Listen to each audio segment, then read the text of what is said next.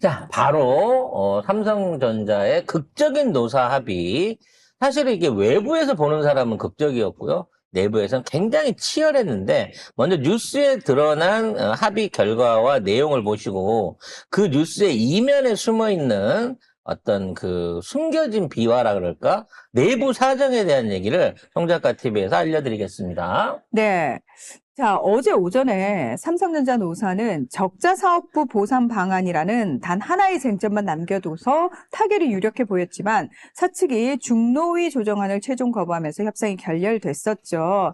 자, 사측은 성과가 있는 곳에 보상이 있다는 회사의 경영 원칙을 고수를 하고 타 사업부와의 형평성 및 산업계 전반에 미칠 악영향을 고려해서 노조의 과도한 성과급 요구를 수용하지 않았었습니다. 이게 자, 무슨 얘기냐면요. DM 사업부, 그러니까 그 메모리 이 반도체. 사업부는 돈을 많이 번 거 맞아요.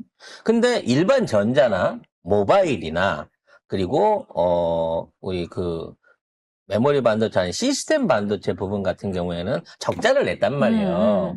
그러니까 모든 그런 부분에까지 줄 수가 없지 않냐 라는 얘기를 한 거고 그러니까 이 상황에서 그러면 우리 걸 양보했으니까 똑같이 나눠주세요 뭐 이런 제안이 나온 게 아니라 그럼 돈 우리는 제대로 받아야 될 거 아니냐 라는 차원에서 이게 합의가 안 됐던 겁니다. 결론적으로 성과급의 10.5% 그리고 메모리 사업부가 40%를 분배해서 나눠 가지는 걸로 갔고요. 나머지 60%를 그보다 훨씬 숫자가 많은 다른 사업부들, 전자나 모바일이나 시스템 사업부들, 연구 이쪽에 계신 분들이 나눠 가질 수 있도록 요게 배분 방식이 합의가 됐다는 것이죠. 자, 이게 제일 큰 쟁점이었어요. 근데 일단 구체적인 얘기를 하기 전에 저희가 생각을 해보면은 우리 본부장님이 굉장히 좋은 물건을 잘 가져오셔가지고 송작간의 마을 매출이 늘어가지고 우리가 전체적으로 매출이 나오잖아요. 그렇다고 해서 본부장님한테만 성과급을 준다. 그러면 있을 나머지 수 없는 일이죠. 그러니까 나머지 직원들이 약간 힘이 좀 빠질 것 같긴 했거든요. 근데 이번 노조는 이거를 끝까지 고수하고 밀어붙인 거예요. 그러다 보니까 내부 반발이 엄청나게 생겼습니다. 여기서부터 제가 드리는 얘기는 딴 데서는 안 해주는 얘기니까 송 작가가 모함한다고 하지 말고 그냥 여러분들이 좀 들어주시면 좋겠어요. 그냥 진실에 입각한 진실에 입각해서 입각한 얘기만 네. 듣고 싶습니다. 진실에 입각한 얘기를 해드릴게요. 자, 삼성전자가 노조가 있었다라는 거 여러분 알고 계시나요? 아니요. 이거에 놀라신 분들이 굉장히 많으시더라고요. 그러니까 삼성전자는 무노조 경영을 한다고 선대 때부터 늘 얘기를 해왔기 때문에 노조가 없는 걸로 알려져 있었습니다. 근데 노조가 없을 수는 없기 때문에 형식적으로 노조가 신고는 돼 있었죠. 근데 우리나라 노동법에는 어떻게 돼 있냐면 전체 회사의 전체 노동자의 50% 이상의 사람이 노조에 가입해야만 교섭권이라는 거를 발휘할 수가 있습니다. 그래서 2025년 전까지만 해도요, 삼성은 직원들이 한 13만 명 돼요, 공식적으로. 이 13만 명 직원들 정도가 되는데, 그 안에서 이제 그 임시직이나 뭐 이런 거 빼더라도 정식으로 노조원으로 50% 이상의 숫자를 유지하려고 하면 6만 4천 명 정도의 숫자가 돼야만 이게 교섭권을 가질 수가 있었습니다. 그래서 24년 전에는요, 5천 명 수준이었어요. 삼성전자 노조가. 그래서 뭐 이런 교섭이라든지 이런 내용들이 전혀 발생을 안 했습니다. 근데 지금 지금 있는 노조위원장, 90년생 노조위원장이 들어오면서 갑자기 삼성전자 전체 그 노조원들은 무슨 얘기를 했냐면, 우리도 SK처럼 받아야 된다. 그래서 삼성전자 노조에 가입을 해갖고 50%가 넘어가면 SK처럼 성과급으로 영업이익의 15% 이상을 받아주겠다라고 하는 약속을 겁니다. 9월 이후에. 작년 9월이죠. 25년 9월 이후에 이걸 걸었는데 그렇게 되다 보니까 5천 명밖에 안 되던 조합원이 7만 5천까지 올라온 거예요. 7만 원. 7개월 만에. 무슨 얘기인지 이해가 가시죠? 그러니까 SK가 돈진채 하는 걸 보니까 삼성 사람들이, 그 임직원들이 상대적인 박탈감에 빠진 거야. 야, 우리가 아무리 월급 많이 받고 한다고 하지만 저쪽은 저렇게 엄청나게 돈을 버는데 수당을 받는데 우린 뭐냐? 우리도 뭉쳐갖고 성과급을 받자라는 이 슬로건 하나에 7만 명이 넘는 신규 노조원들이 생긴 겁니다. 그 안에는 아까도 얘기했지만 메모리 노동자들과 다른 모바일 노동자, 전자 노동자 다 합쳐가지고, 왜냐면 삼성전자 한 회사니까. 그래서 7만 6천 명이라고 하는 숫자를 만들어서 교섭권을 획득한 거예요. 그리고 나서 처음 한 게 성과급은 15%를 주고 아니면 파업으로 가겠다. 일관적으로 이걸 밀어붙인 겁니다. 그래서 뭐라 그랬냐면 이렇게 해서 성과급 계산을 해가지고 최소한 1인당 7억 5천씩을 내놔라. 이게 노조의 요구였단 말이에요. 노조를 비난하려고 하는 게 아닙니다. 처음으로 이게 생긴 게 1년 만에 7개월 만에 생긴 극적인 일이라는데 이 얘기를 하는 거예요. 문제는 이 상황에서 아무래도 이제 여론도 안 좋아지고 욕을 엄청 먹었죠. 아니 1년에 R&D가 40조 원인데 35조 넘는 돈을 내라라는 게 말이 되냐. 그리고 그게 주주가 우선이 돼. 주주가 11조 나눠 갔는데 성과급이 25조 30조라는 게 말이 되느냐. 이런 사회적 반발에 많이 충돌을 했어요. 근데 끝까지 노조는 이걸 안 굽히고 사람들은 노조원들하고 어떻게 얘기를 했냐면, 그냥 이 기회에 회사 없어져도 좋으니까 7억 5천씩 받고 이직하자. 이런 얘기가 나올 정도로 내부적으로 충돌이 일어났던 겁니다. 그리고 우리가 보통 노조 하면은 상급단체라고 해가지고 민주노총이나 한국노총 소속이잖아요. 그런데 지금 이 초기업 노조 같은 경우에는 상급단체 소속이 아무도 없어요. 네, 그냥 민주노총이라는 게 소속된 게 아니라 자기네들끼리 7만 5천을 모은 겁니다. 네네. 그래서 독자적인 세력을 모아가지고 야, 우리는 연대고 나발이 다 필요 없고 우리 성과급, 우리 임금 인상 딱 요거만 얘기하자라고 해서 진짜 그렇게 모인 거예요. 이게 전례가 없는 삼성 노조 초기업 노조. 초기업 노조가 이와 같은 일들을 벌이고 이 주목을 받게 된 겁니다, 이번 사태로. 그래서 이게 노조라는 말이 붙어 있기는 한데 기존에 우리가 접하던 노조하고 너무 다른 색깔이어서요. 그래서 이게 문제가 갈등이 생긴 게 뭐냐면 이제 자기네도 아까도 얘기했지만 메모리도 있고 비메모리도 있고 여러 사업부가 있는데 이제 회사 측에서는 자꾸 손실난 데까지는 못 준다. 그럼 나중에 자유해고를 인정을 하든지, 손해났을 땐 반환할래. 이런 식으로 이제 협상에 교착이 되니까, 내부적으로, 아니, 딴 건 모르겠지만 메모리는 돈 번 거 맞으니까 받아야 되잖아. 라고 하는 의견들이 생기면서, 쉽게 말해서, 우리도 똑같이 받을 줄 알고 들어왔던 나머지 노조원들하고 갈등이 생기기 시작한 거예요. 심지어 이러한 협상을 하는 과정 중에, 야, 그냥 우리 앞으로 메모리만 해갖고 가야겠어. 다른 노조들은 그냥 빼고 가야겠어. 이런 내부 카톡 내용이 또 잘못돼갖고 공개가 돼버린 거예요. 이것 때문에 파업을 앞두고 있는 상태에서 모바일이나 전자에 있는 노조원들이 순식간에 4,000명이 빠졌습니다. 하루 만에. 그래서 극적으로 파업 전에 타결에 들어간 거예요. 왜? 4,000명만 더 빠졌으면 아까 얘기한 50%의 조합원 숫자가 무너지기 때문이죠. 그럼 교섭권이 없어지는 거예요. 그래서 이번에 극적인 타협 어쩌고 했습니다만, 강성인 DS 노조들 같은 경우, 메모리 반도체 쪽 노조들은 끝까지 파업하겠다고 어저께 저녁 때까지 그 얘기를 했는데, 이 의견이 나오면서 갑자기 조정권 얘기 나오고 여러 가지 얘기 나오면서 갑자기 노조원들이 탈퇴로치가 일어나기 시작하니까 긴급하게 그때 저녁에 합의를 봐버린 거예요. 저는 이번 경우를 보면서 물론 노조의 주장도 인정할 부분이 있죠. 노력을 했으니까 받아야 될 부분이 있는데 이 삼성 초기업 노조는 이제 이번 사태를 끝나고 분배가 어느 정도 정리되고 나면은 와야 되겠구나라는 생각이 들어요.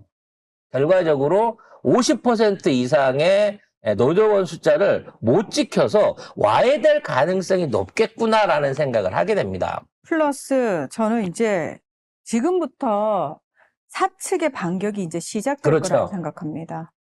실제적으로 이번에 관련해가지고 만약 파업이 일어났으면 개별적으로 이제 손실 보상에 대한 부분도 회사는 준비하고 있었고요. 법원에는 이미 관련된 그 가처분 의사를 걸어놓은 상황이었고, 지금 평택공장 메인 공장에 일부 부분의 로버트들이 지금 투입되기 시작했다고 하고요. 대량 해고 내지는 이번 사태와 관련됐던 사람들의 해고나 이직이 본격적으로 시작될 거라고 봐집니다. 근데 삼성은 어떻게든지 이번 기회에 이런 일의 재발 방지를 위해서 이걸 정리하고 가려고 할 거예요. 이번 규정은 10년 동안 유지가 됩니다. 아까 말씀드린 대로 향후 200조 원 이상 또 2029년 이후에는 100조 원 이상의 영업이익이 남으면 거기에 따라서 지금의 비율대로 지급하는 형태는 그대로 유지가 됩니다. 근데 100% 현금 주는 게 아니고요.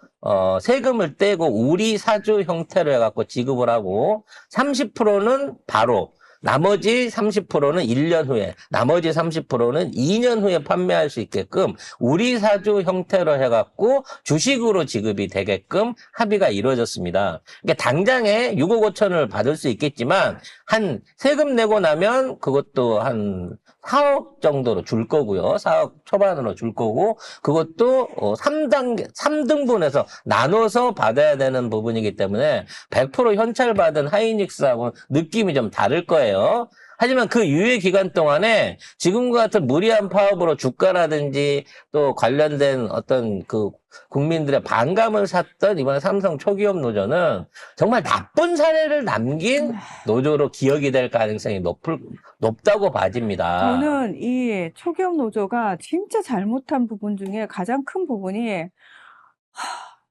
정말 그 연대의식을 가지고 거대 사측과 투쟁하던 수많은 다른 노조들의 앞길을 막았을 뿐만 아니라 똥칠을 했다라고 생각을 해요. 똑같은 조건으로 조선 노조들 같은 경우에는 지금 있는 사태에서 지금 조선 수주 일감이 지금 3개사를 합치면 100조 원을 넘어설 정도로 어마어마하게 일감이 몰려들고 있는 상황인데, 여기에서 지금 조선 노조는 지금 일거리가 들어왔을 때도 열심히 일을 해야 된다. 사측이랑 최대한 협조하겠다라고 얘기를 하고 있어요. 그리고 그와 맞춰가지고 협상 조건들을 내놓고 회사도 회사 입장에서 최선의 조건을 제시하면서 원활하게 이게 진행돼 가고 있습니다.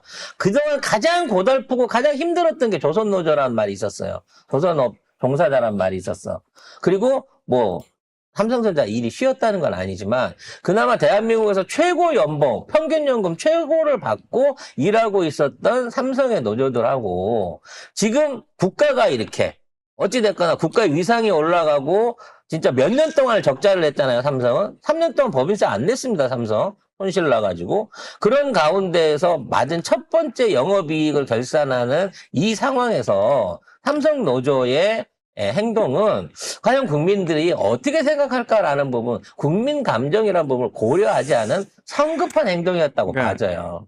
처음에는 그럴 수 있지라고 생각을 했는데 저도요. 엔간히 해야지. 이거 엔간히 해야지. 그리고 아까도 얘기했지만 내부적으로 똑같이 모아갖고 성과급 나눠줄게요 해놓고 그럼 차등해서라도 메모리 부분 우리 집만 어떻게든 살려주세요 이러고 작은 애들끼리는 야 이거 끝나고 SK로 가든지 아니면 중국으로 가든지 가버리자, 회사 자체를 없애버려야겠어, 이런 소리까지 실제로 대화를 나누고 문자를 나눈 것들이 공개되고 있잖아요. 그러니까 이게 우리가 그 얘기 하거든요. 내가 사용하는 모든 문자, 메시지 이런 거는 다 그러니까 공개될 때를 대비해야 된다라고 얘기해요. 내가 그래서 입 밖으로 내야 할 게 있고 입 밖으로 절대 내면 안 되는 게 있어요. 화가 날 수 있죠. 회사 나 충분히 노력했는데 그에 상응하는 대가 못 받아서 속상할 수 있다고 저는 생각합니다. 그 백반 양보해서라도.